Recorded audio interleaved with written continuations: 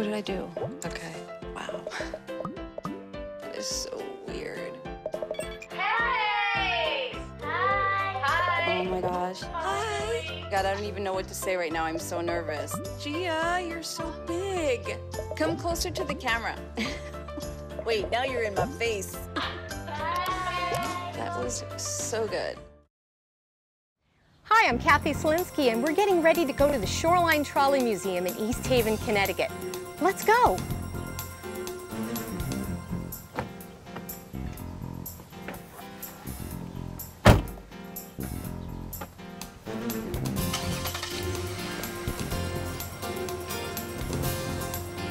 What a beautiful day!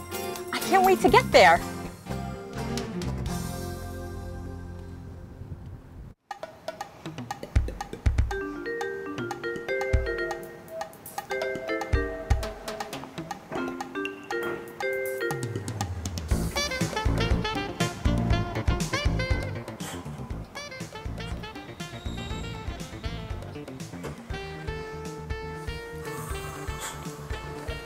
We've arrived here at Sprague Station and there's already a trolley car here to greet us. This is terrific, what a beautiful day, and it was so easy to get here too. Conveniently located off I-95, well, it's midway between Boston and New York, and it's in beautiful mid-coastal Connecticut. Well, there's so many things to do in this area. It's beautiful scenery and the tourism abounds. The Trolley Museum, great for day trip, weekends too. The whole area is exquisite. We've got community partners as well.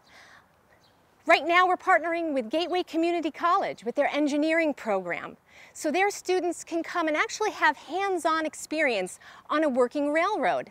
It's kind of hard to do that with the big boys, but once they're done with their program and they graduate, then they can go on and get jobs with Amtrak, Metro-North, Long Island Railroad.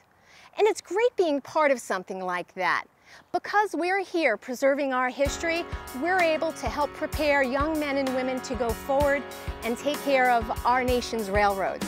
At Gateway Community College, we serve over 8,000 students in college credit courses, an additional 6,000 students in continuing education, professional development, and workforce development instruction. In total, over 14,000 students here at Gateway Community College, brand new downtown campus. Hi, I'm Paul Silberquist, and welcome to Gateway Community College. This is one of 3 electronics labs that the students within the Railroad Engineering Technology program attend classes. The students are working on trolleys that are 100 years old. They are working on the trolley tracks and the trolley signaling systems. But before they go there, they spend approximately a year and a half here at Gateway Community College attending academic courses, in which many of the courses are electronically oriented. One item that we have here, and we're very fortunate that Dr. Kendrick, our college president, supported us on, is the purchase of a signal trainer. This particular item is unique in that the students are able to have hands-on practical experience with troubleshooting and understanding how the electric current flows through the railroad tracks that are used for the signaling and switching systems out on the modern-day railroad. Whether it's freight or passenger, anywhere across the country, it's all done the same. And with this piece of equipment, our faculty, who are experienced veteran employees, that they are able to explain how the circuitry works, what happens, what causes that signaling light system to turn red or green, to cause the crossing gate to lower when a train gets within a certain period of time, a certain period of distance from the railroad crossing, and the knowledge that the students obtain in the electric circuits and the digital electronics class are applicable to this railroad trainer. Now, if you notice within this one particular computer lab, that it looks kind of small. Our labs, hands-on, we have a maximum of 16 students in this particular lab, and the same for the other 2 electric circuits labs, because it's very important for the students to have that very personal relationship with the faculty member, and that the faculty member is able to work with the students and explain and reinforce how the different pieces of equipment work, so that the students will best understand how it works, and then they can take that knowledge onto whether they pursue the career in railroad engineering technology, take this knowledge, and they're able to take it to their practicum course at the Shoreline Trolley Museum, and then on to their future career. We are fortunate here at Gateway to have our graduates employed by Metro North Railroad, Amtrak Railroad, and even Connecticut Department of Transportation, or commonly referred to as CDOT. And I have one student who is working for Amtrak outside of Miami. So this knowledge that the students gain here at Gateway Community College, that they're able to take with them anywhere across the country or even around the world, because all of the railroad systems operate the same way. Hi, my name is Shauna DeStefano, and I'm a librarian here at Gateway Community College. The library here gets used pretty consistently throughout the year by students, faculty, and staff. We have over 50,000 print books. We have over 100,000 ebooks. We also have over 60 databases. We circulate laptops, we circulate graphing calculators, we circulate e-readers. We have a wide variety of resources available for students. In addition to that, we also have journals, magazines, and newspapers that anyone can come into the library and use as well. Over the last year, over 300,000 individuals came into the library from the hours that were open, which is Monday through Friday, from 8 a.m. to 8 p.m. We answered over 300,000 reference questions. We taught over 200 library instruction classes, and we also answered over 6,000 reference questions. As you can see, the library gets utilized pretty consistently and is very busy throughout the year. Hi, I'm Charles Dukes Jr. from C. Dukes Entertainment and What's Up in CT. As you know, every time you turn your television on today, you hear about all these negative things. Well, today on What's Up CT, we got nothing but good things where the Metro North, Amtrak, the Shoreline Trolley Museum, and also the Gateway Community College are all coming together to do good things in CT for our children. So stay tuned, and we'll be right back right after this. There's no place like home. Getting home safely is just a click away, and choosing the right seat for your little one's age and size will take you down the road to safer travels. How can I ever thank you enough? Visit safercar.gov/the-right-seat.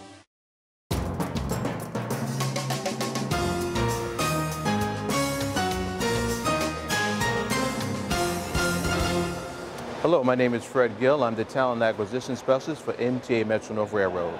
I'm here discussing the Gateway program, but primarily the Rail Engineering Technology program at Gateway Community College. Understand, this program was developed because of a need.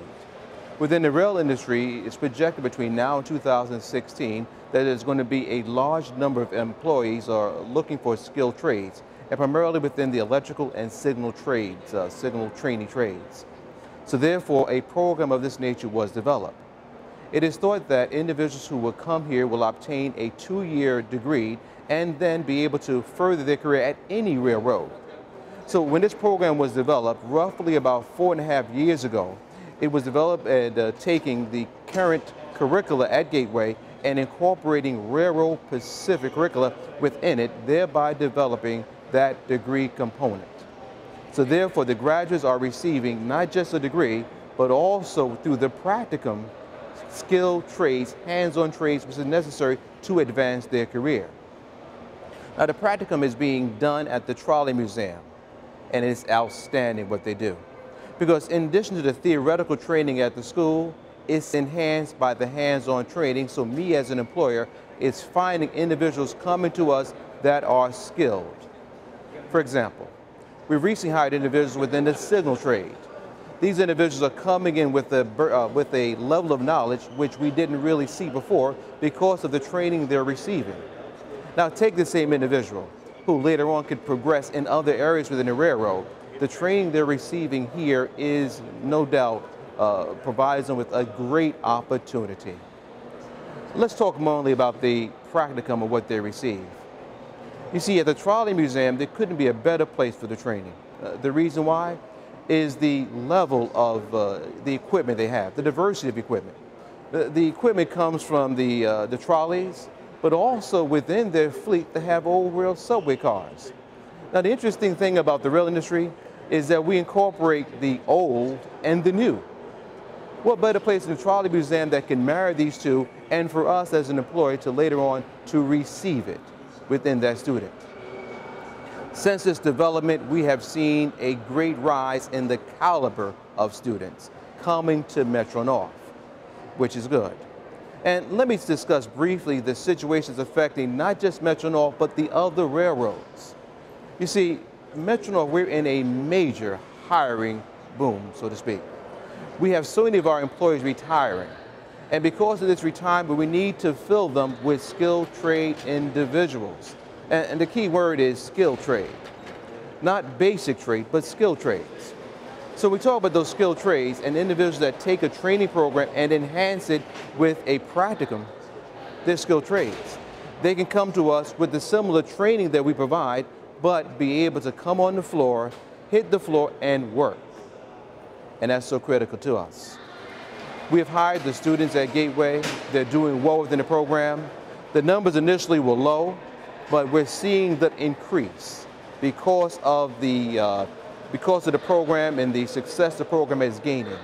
And we thoroughly enjoy this program. And we hope that it will actually, in the near future, give us more employees as well. The curricula. Let me speak about the curricula momentarily. The curricula, the Rail Pacific curricula covers signal training aspect, but not just that. Railroad Pacific print reading, the aspect of the history of the railroad. And that's so important because it was thought that when individuals understand the history of a railroad, they'll be able to be a better employee because they have a better understanding of what they're working on, which is so critical for their advancement opportunities. And I must say, the railroad, I've been there for 30 years myself. It is a great place to work. Railroad is a culture. What better place to learn this culture than the school and the practicum? I enjoy it. I enjoy you taking this opportunity to discuss this opportunity with me at Gateway. I find it to be a very good, promising opportunity for anybody who's interested in coming into the railroad and its industry and joining that family. Thank you much.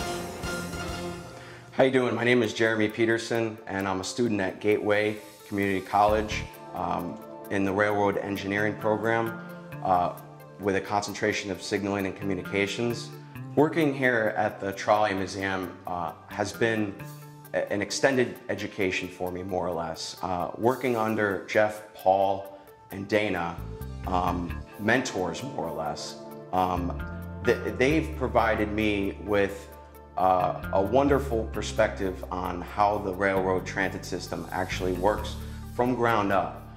And I'm utmost appreciative and think of this experience going forward will be very, very beneficial in a career, a future career within the rail transit system. Thank you.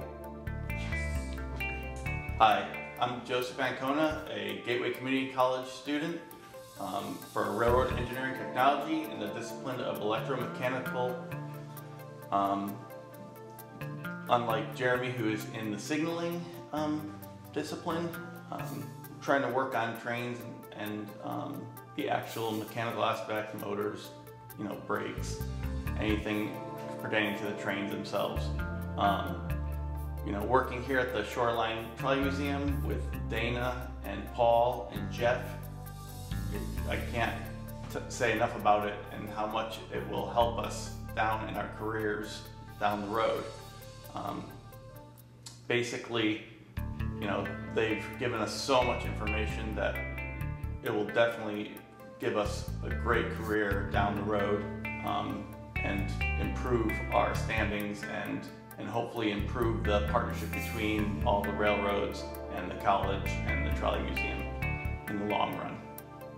Okay, hi, I'm Dana Bowers with the Shoreline Trolley Museum, East Haven, Connecticut. Metro North is installing positive train control. This is really the latest thing to preventing train collisions. It will reduce a cab signal when approaching a restriction such as the 30-mile-per-hour curve, where the speed before that might be 70, and it will tell the engineer that the slow speed curve is coming up. And if the engineer does not respond to the cab signal, the train will automatically slow itself down. If the engineer still does not respond, train will stop itself. Hi, I'm Joe. I'm a machinist for Amtrak. In my spare time, I work here at the Shoreline Trolley Museum. I've been working with the students from Gateway, explaining to them what's what under here and what makes these things go. Some of the things that we did were we worked on changing traction motors out. I showed these guys and they helped out. You got to drop the gear case. The axle caps come off and there's brass bearings in here for the axle, that the axle rotates inside. There's a motor suspension that mounts the motor on the back of the truck frame, right? You guys undid that.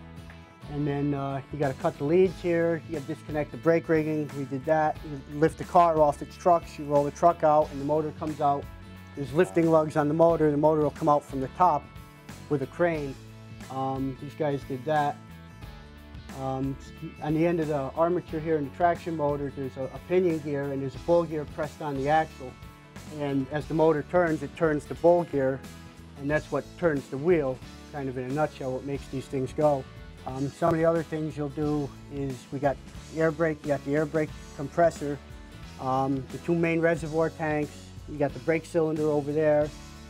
The air flows from the main res tank after it's compressed up through a brake valve in the cab, and it's piped down to the brake cylinder, and that pushes on a series of levers, and it'll pull these rods here, and it'll apply the brakes on the truck. You got a couple other things. You got resistor grids down here to help soften the acceleration. Line switch to help break the arc as you shut off when you're taking power. You got handbrake equipment over there. Trucks, your slack adjusters. And with the motors, when you take them apart, you guys got to tag everything because it's all got to go back where it came from because it's worn in.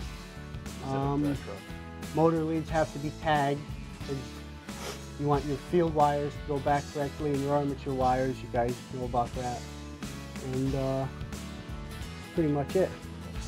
Again, these guys are great. You got to remember your hard hat, your safety glasses, all your PPE, your vests so you can be seen, earplugs if necessary if you're working with loud equipment. Safety shoes are a must, gloves to protect your hands, and you always want to be attentive, alert to your surroundings because anything can happen. These guys, everybody's encouraged to come down to the museum here and help out. You can join up and become a member.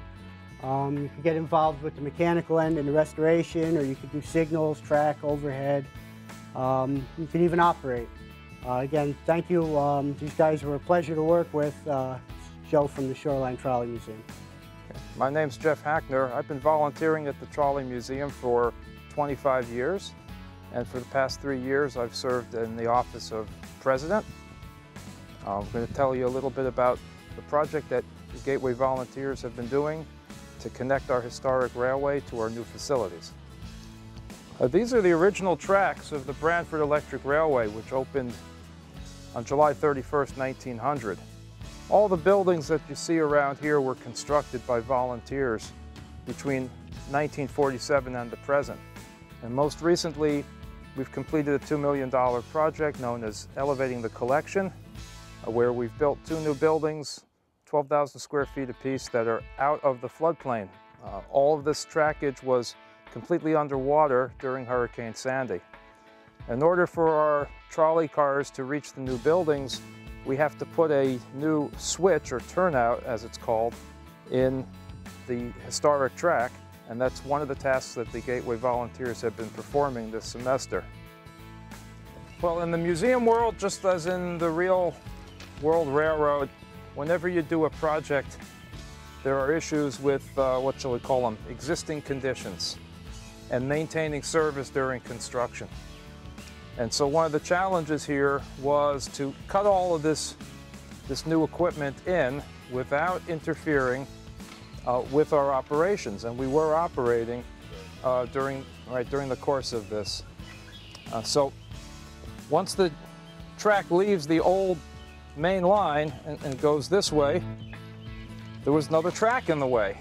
And unfortunately, we didn't have the option of just saying get rid of that track forever, because we actively use that track We used that high-level platform we needed for access to the other barns.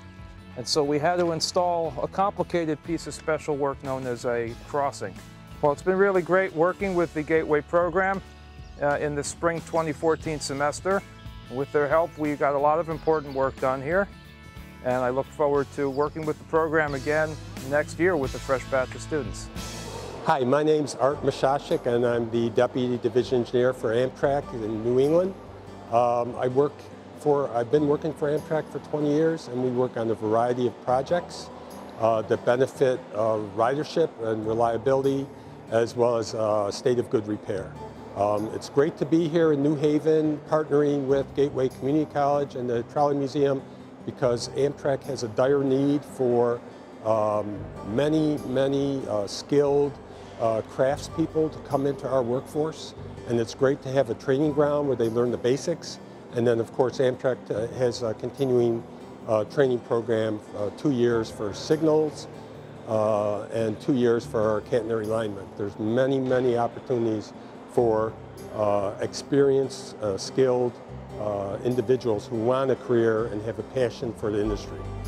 Like I said, it's great to have that ability to get the basic training at local community college, Gateway, as well as at the Trolley Museum to get some hands-on training and to better understand all the interfaces between the different disciplines of railroad operations, maintenance, and engineering. Thank you very much for your time. I really enjoy, and I would recommend this to anybody who has an interest in working outdoors, as well as having the benefit of working with a great bunch of people. Thank you. My name is John Bernick. I'm Assistant Rail Administrator at the Connecticut Department of Transportation. I'm new to this position, and being in charge of all rail engineering and construction on state-owned railways, one of the main challenges that I've identified in my first couple of weeks on the job is the need for qualified people. We have a lot of new initiatives going on. We have service going to Hartford and Springfield, a lot of track work, signalization work on that line. Also, a lot of work on the Metro North line. Transportation dollars are flowing now in a way that they never have in the past, and we have an opportunity to upgrade our infrastructure and to bring increased capacity and speeds online.